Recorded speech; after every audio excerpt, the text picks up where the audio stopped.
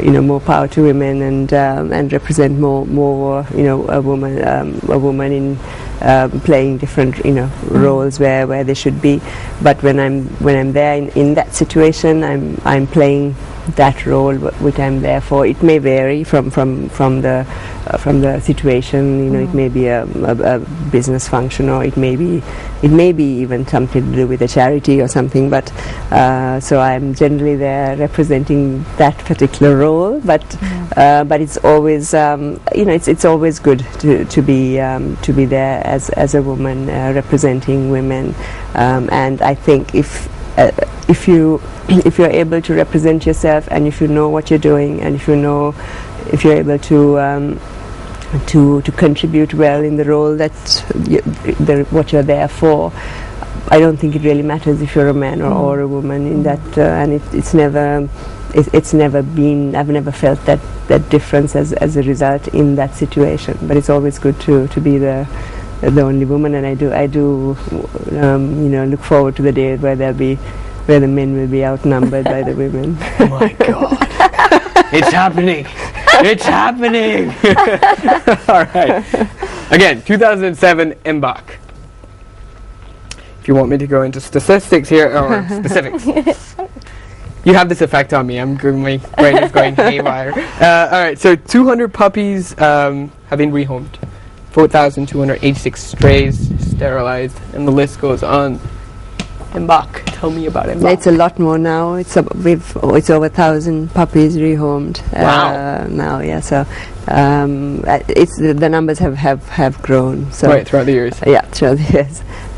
Yes, Mbak is something I always, as you know, I always wanted to work with animals. So when I started the business, and when I went into fashion, and I always still wanted to work with animals. And even actually from the day I started Odell, I always had a range of T-shirts that with wild animals, with elephants and leopards, and so and the profits from that used to go to wildlife organizations at that time, and conservationists. Yeah, and we still actually have that range of T-shirts in Odell. So it's something that's been part of Odell from the very beginning, about conservation and creating awareness and supporting different programs for the to conserve the environment. And Mbak was to do with creating one organization and focusing on one on one area that we could really create a difference with, and street dogs was something that used to really bother me in Sri Lanka, because I don't like them. I feel really sad when I see them on the road, so that was why I chose street dogs, and I was really wanted to improve their lives, and that was how Mbak started. Right, and now the face of Mbak is this considered a celebrity in the dog world. Nico. Yeah. So tell us about this dog when you saw him the first time. How did you meet him? He was on top of my road where I used to live, and so when I was driving to work one day, I saw him on the road, and that was really how I adopted Nico, and then he became the ambassador or the mascot of Mbak, and he is the logo actually that you see in Mbak. And he's really a really good brand ambassador. He's a really good dog. And I'm pretty sure he loves the dressing up, because you see him with a cowboy hat sometimes, with like pistols on the side. So yeah, we have various stories around Nico, and then Nico was joined by Bandit, who's his friend, and then now they're joined by Rosie, and Rosie has just launched her new collection and of clothing, and it's now in stores. Rosie's collection. Right. And Mbak does a lot of work in terms of, like Jason was saying, the sterilization camps and adoption camps and things. So is there anything else we can look forward to? Because there's so many new ideas coming out from Mbak as well. Any new things that we can look forward to? We also do treating the injured for Mbak. That's really a big portion of what we do, because there are so many dogs that get injured and hit by cars and can't walk, and even as of now we have about 20 dogs who we're treating who are with spinal problems and who have been injured, and that's an ongoing program.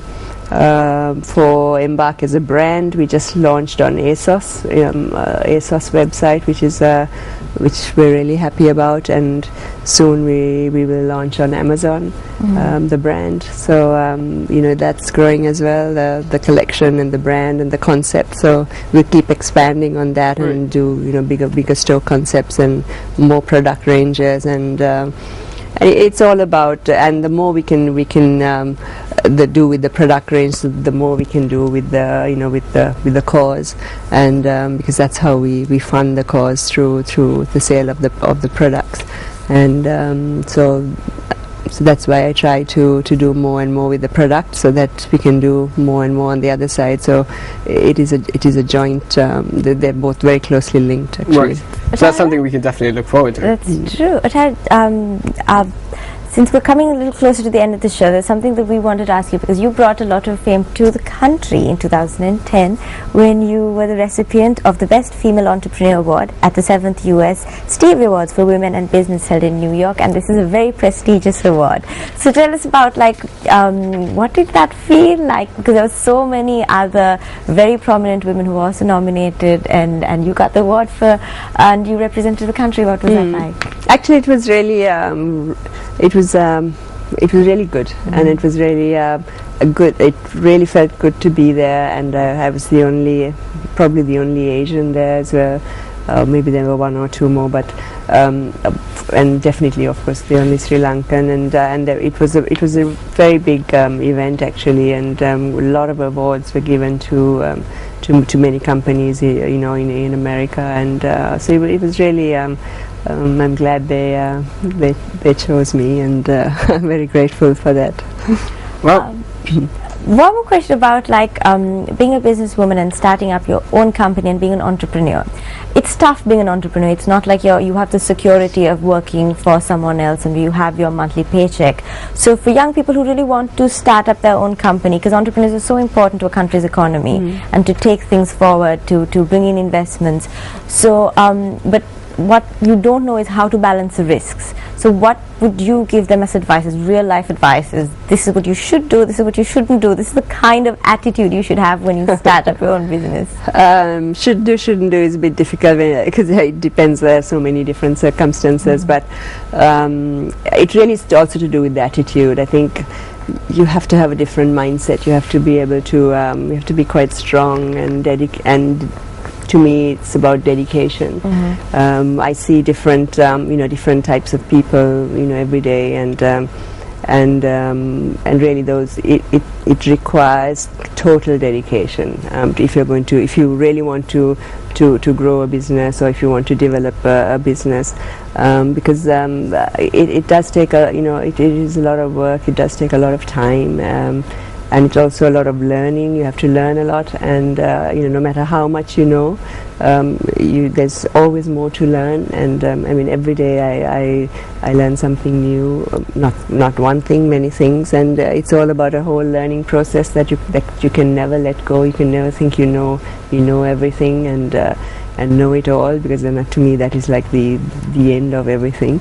And so it does require commitment, dedication, a different way of life, the way I see it, and I really think if you have the commitment, the dedication, and the vision, and I think a lot can be achieved, and you have to believe that what you want to do can be achieved, and it has to be, I think those are the main things that are really required for a mindset to start, because there are so many different things you can do, but no matter what you do, those to me are really important to make a difference in what you do, and to do something you have to be different. I think it has to be something innovative, something different, especially in today's world with so much competition and so many things which are very similar. If you do something, a lot of similar things are there, or people will copy it really soon. So you have to be very creative, very innovative, and do something with a difference. How do you foresee, as a leading entrepreneur, how would you foresee the Sri Lankan market and the economy? Do you like the direction in which we're going, and do you think that for new businesses, for the retail industry, is there a good market? Is it a good time? What do you feel about the economy? Yeah, I think it is definitely a good time. I mean, we spoke about earlier from the things that we had to face Yes. so many along the way, like up to 4-5 years ago, all the challenges. So it definitely is a very positive change, and it just brings of course much more opportunities. It's a good time for young people to start up their own companies. And do Definitely, things. there's much more opportunity than maybe before, when when you think twice about should you start a business or not in the context of a war and the situation that we had. So definitely there's much more opportunity, but of course, with no matter what you want to start, you have to make sure that it is the right thing that you are doing, and that is right for the market, and it's right for the situation of today, and how you foresee the future. Well, we're out of time, unfortunate. But it's been such a pleasure having you on the show. Thank you. Thank you so much for being on the show. Thank you. We really appreciate it. Sam, well, I'm going to go shopping now. Out of dough. That's what I'm going to do. Alright, so thank you so much for watching Good Morning Sri Lanka. Do visit our Facebook page on www.facebook.com/Good Morning Sri Lanka. Click the like button.